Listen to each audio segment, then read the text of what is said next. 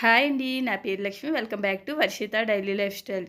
ఇది సండే రోజు వ్లాగ్ అనమాట. అంటే నిన్నటి వ్లాగ్. ముందుగా ఈ వీడియో చూసేవారు ఒక లైక్ అయితే చేయండి. సండే రోజు మార్నింగ్ అయితే లేచాము. మా హస్బెండ్ అయితే ఆల్రెడీ కిందకెళ్ళిపోయారనమాట. నేనైతే కొంచెం ఇల్లు తుడుచుకుని ముగ్గయ్యి వేశాను. ముగ్గేసినాక వెళ్తున్నాను అనమాట వాకింగ్. పిల్లలు అయితే లేవలేదు. మామూలుగా సండే రోజు అయితే పిల్లల్ని అంత తొందరగా అయితే లేపను. మామూలుగా మార్నింగ్ వెళ్ళి ఈవినింగ్ వరకు రెస్ట్ ఉండదు కదా వాళ్ళకి. సండే రోజు అయినా పడుకొనిస్తానమాట. ఇప్పుడైతే నేను వాకింగ్కి వెళ్తున్నాను. అయితే కొంచెం మాట్లాడతాను. చాలామంది నన్ను అడుగుతుంటారనమాట. నాకు తెలుసున్న వాళ్ళు, మా అపార్ట్మెంట్లో వాళ్ళు నాకు చాలామంది అడుగుతూ ఉంటారు, మీరు వాకింగ్ ఎందుకు చేస్తారు అని. అంటే చాలామంది వాకింగ్ ఎట్లా చేస్తారంటే వెయిట్ పెరిగామని వాకింగ్ చేస్తారు. లేకపోతే ఇంకొకటి అడుగుతూ ఉంటారనమాట, మీరు హెల్దీ ఫుడ్స్ అవి తింటారు అన్నట్టు. అంటే మేము బయటివి అవి ఎక్కువ తినము, ఏది చేసుకుని ఇంట్లోనే చేస్తాను. నెక్స్ట్ కొన్ని అవాయిడ్ చేస్తే చేస్తాను అనమాట. ఏంటంటే అదే వెయిట్ పెరిగామని వాకింగ్ చేస్తూ ఉంటారు. నెక్స్ట్ మనకి ఏమైనా హెల్త్ కంప్లైంట్స్ వస్తాయి కదా, అప్పుడు ఏంటంటే హెల్తీ ఫుడ్స్ తింటారు. నువ్వుల లడ్డూలని, లేకపోతే కొంచెం ఆయిల్ తక్కువగా వేసుకుని, లేకపోతే వెజిటేబుల్స్ తింటారు. మైదా, పంచదార ఇలాంటివి అవాయిడ్ చేస్తారు. హెల్త్ కంప్లైంట్స్ వచ్చినప్పుడు చేస్తారు ఇవన్నీ. నాది అది అలా కాదు. నేనేమనుకుంటానంటే మనకి ఏమీ రానప్పుడే అంటే బ్యాలెన్స్ చేసుకోవాలన్నమాట. నార్మల్ టైంలోనే బ్యాలెన్స్ చేసుకుంటే మనకి హెల్త్ కంప్లైంట్ అనేవి రాకుండా ఉంటాయని నేను నమ్ముతాను. అందుకని నేను ఎప్పుడు వాకింగ్కి వెళ్తాను. ఇంచుమించు నా మ్యారేజ్ అయినాక ఒక 5 ఇయర్స్ చేయలేదేమో. ఇంకా మా పెద్ద పాప పుట్టిన కాడి నుంచి నేను వాకింగ్ అనేది చేస్తూనే ఉన్నాను. మధ్య మధ్యలో బ్రేక్ అంటే ఇవ్వచ్చు 1 వీక్ అట్లా, కానీ మానలేదు ఎప్పుడు. అట్లాగే మా హస్బెండ్ కూడా. నెక్స్ట్ హెల్తీ ఫుడ్స్ కూడా అట్లాగే వండుతాను. మా పిల్లల్ని అయితే ఏవి తిననివ్వను. ఏమన్నా కొనివ్వాలన్నా నేనే కొనిస్తాను. తప్పదనుకుంటే అంటే ఒక్కసారి హెల్తీ ఫుడ్స్ తినేయమంటే పిల్లలు తినేయరు కదా. అందుకని హెల్తీ చేస్తూనే కొంచెం వాళ్ళకి ఇంట్లో చేసి పెట్టినవి మాత్రమే తినిపిస్తాను. అప్పుడప్పుడు బయట తెచ్చుకుంటానని మీరు వ్లాగ్స్లో కూడా చూస్తూ ఉంటారు, కానీ చాలా తక్కువ అనమాట. ఇలా మార్నింగ్ అయితే నేను వాకింగ్కి అయితే వెళ్ళొచ్చాను. వెళ్ళొచ్చినాక కొంచెం జీలకర్ర టీ పెట్టాను. రోజు ఒకటే పెట్టను టీ కూడా. జీలకర్ర, ఒకరోజు ధనియాలు, ఒకరోజు వాము, అలా మారుస్తుంటాను. మునగాకు అలా వేస్తూ ఉంటాను వాటర్లో. మా పిల్లలు కూడా అవే తాగుతారు. వాళ్ళకి ఫస్ట్ నుంచి అలవాటు అనమాట. తాగను అని అయితే అందరూ, చిన్న టీ గ్లాసే కదా తాగేస్తారు. ఈ జ్యూస్ అంటారా అప్పుడప్పుడు చేస్తాను. ఒక వారం బీట్రూట్ జ్యూస్ చేస్తే, ఒక వారం క్యారెట్ జ్యూసు, లేకపోతే ఒక వారం కీరా జ్యూసు అలా చేస్తూ ఉంటాను. వీక్లీ 3 డేస్ అయితే చేస్తాను. తర్వాత మధ్యలో అయితే ఉండవు. స్కూల్కి వెళ్ళే టైంలో పిల్లలు అయితే తాగరు. సండే అయితే కంపల్సరీ చేస్తాను అనమాట. మీకు వీడియోలో చూపించినా చూపించకపోయినా నేనైతే చేస్తాను. నెక్స్ట్ పాస్తా అయితే అంత హెల్దీ అయితే కాదు. అందుకే అవాయిడ్ చేయడానికి ప్రయత్నిస్తాను. అయితే మా ఇంట్లో పాస్తా అనేది చాలా ఇష్టం అనమాట, మా హస్బెండ్తో సహా. వాళ్ళు కిచెన్లోకి వచ్చి ఏమి వంట చేసుకోరు, కానీ పాస్తా మాత్రం చేసుకుని తినమంటే తింటారు. అలా అంత ఇష్టం అనమాట. అందుకని ఏం చేస్తానంటే వీక్లీ 1 టైం అయితే చేయను. 15 డేస్కి ఒకసారి అయితే కంపల్సరీ పాస్తా చేస్తాను. చాలా టేస్టీగా ఉంటుంది కదా, బాగా అలవాటు అయిపోయింది. అలవాటు తప్పించడానికి ప్రయత్నించినా కానీ అవ్వట్లేదు. అయితే ఇందులో టమాటా కెచప్ యూజ్ చేయాలి. టమాటా కెచప్ బదులు టమాటాలనే మగ్గించేసి ఒక స్పూన్ పంచదార అయితే వేస్తాను. అప్పుడు టమాటా కెచప్ అయిపోతుంది కదా. పంచదార అనేది మంచిది కాదు. అయితే బయట కొనే టమాటా కెచప్ యూజ్ చేసే బదులు ఇంట్లోనే ఇలా ఒక స్పూన్ పంచదార యూజ్ చేసినా పర్వాలేదని నా ఒపీనియను. అందుకు కంపల్సరీ అయితే ఇలా పంచదార యూజ్ చేసి ఇలా టమాటా కెచప్ కింద చేసుకుని పాస్తా అయితే చేస్తాను. తర్వాత నేను మాట్లాడుతుంటే మా టిఫిన్ అయిపోయినాయి అనమాట. తర్వాత కొన్ని రాత్రి గిన్నెలు ఇప్పుడు టిఫిన్ తిన్నాయి ఉంటే అవన్నీ చేసేసాను. ఇంతలో మా హస్బెండ్ అయితే నాటుకోడి చికెన్ తెచ్చారనమాట. ఇది 3/4 కిలో వరకు ఉంటుంది.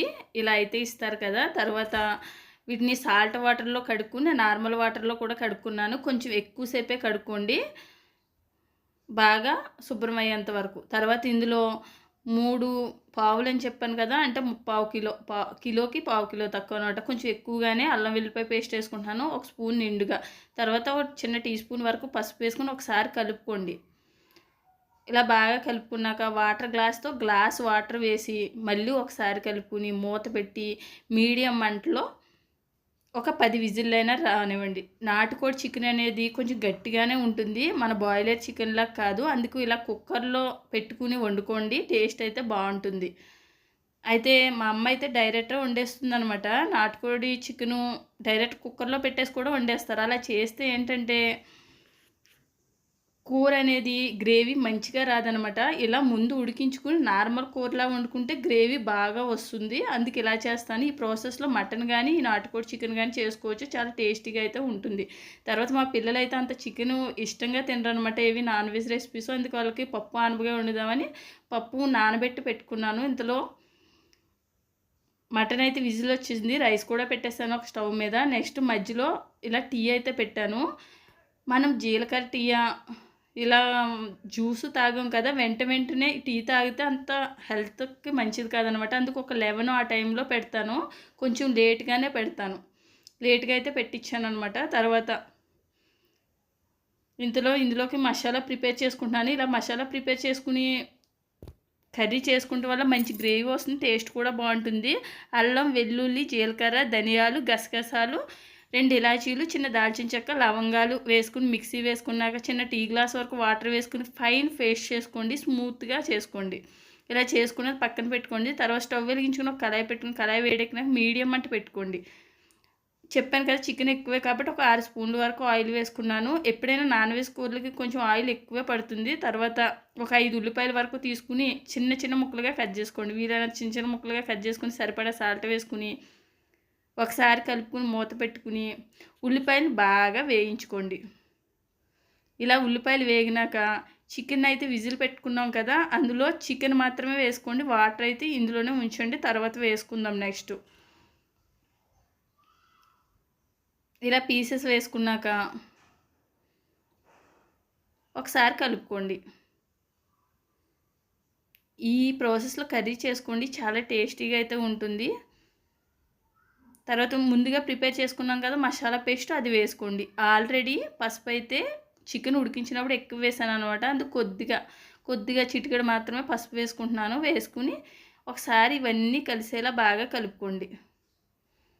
ఇలా బాగా కలుపుకున్నాక మూత పెట్టుకుని కొంతసేపు మగ్గనివ్వండి. మసాలా, చికెను, ఉల్లిపాయలు ఇవన్నీ కలిసి బాగా మగ్గుతాయి అనమాట. ఒక 2 నిమిషాల వరకు. తర్వాత కారం వేసుకోవాలి. ఎప్పుడైనా సరే నాన్ వెజ్ కూరలో కారం, ఉప్పు, ఆయిల్ అనేది కరెక్ట్గా ఉంటేనే టేస్ట్ బాగుంటుంది. మా కారం కొంచెం స్పైసీగా ఉంటుంది. అందుకు 2 స్పూన్ల వరకు కారం వేసుకున్నాను. మీ కారం స్పైసీ తక్కువ ఉంటే 3 స్పూన్లైనా పడుతుంది. వేసుకుని ఒకసారి కలిసేలా బాగా కలుపుకున్నాక మూత పెట్టి ఒక నిమిషం మగ్గనివ్వండి. తర్వాత ఇందులో వాటర్ యాడ్ చేసుకోవాలి. మనం చికెను కుక్కర్లో ఉడికించుకున్నాం కదా, అందులో వాటర్ ఉంటుంది కదా, అది వేసేసుకోండి. నెక్స్ట్ మిక్సీ గిన్నెలో కొన్ని నీళ్ళు వేసుకుని కలుపుకుని వేసుకుని తర్వాత ఎంత వాటర్ కావాలంటే కూరకి నిండుగా వాటర్ అయితే వేసుకోండి. నాకు ఒక 2 గ్లాసుల వరకు వాటర్ పట్టింది, వేసుకున్నాను. ఇలా వేసుకున్నాక బాగా కలిసేలా కలుపుకున్నాక మూత పెట్టి మీడియం మంటలో ఉడికించుకోండి. ఇంట్లో పప్పు ఆనపకాయ అయితే రెడీ అయింది. పప్పు ఆనపకాయ వండాను అనమాట, మా పిల్లలు తింటారని. ఈవినింగ్ అయితే పుల్కాలు చేస్తాను. గ్రేవీ అయితే తింటారనమాట వాళ్ళు. ఆ గ్రేవీ వేసుకుని అయితే పుల్కాలు తింటారు. ఇప్పుడైతే పప్పు తింటారనమాట. వాళ్ళకి అంత నాన్ వెజ్ అంటే ఇష్టం ఉండదు. తర్వాత ముందైతే మీడియం మంటలో ఉడికించుకున్నాను. తర్వాత సిమ్లో ఉడికించుకున్నాను. కూరని ఎప్పుడైనా సరే కొంచెం స్లోగా ఉడికించుకుంటేనే టేస్టీగా వస్తుంది. లాస్ట్లో కొత్తిమీర వేసుకుంటే మీకు ఇష్టమైతే పుదీనా కూడా వేసుకోవచ్చు. మా ఇంట్లో అంత పుదీనా ఫ్లేవర్ నచ్చదనమాట. ఈ వీడియో మీకు నచ్చితే లైక్ చేయండి, షేర్ చేయండి, సబ్స్క్రైబ్ చేసుకోండి. Thank you for watching. Bye bye.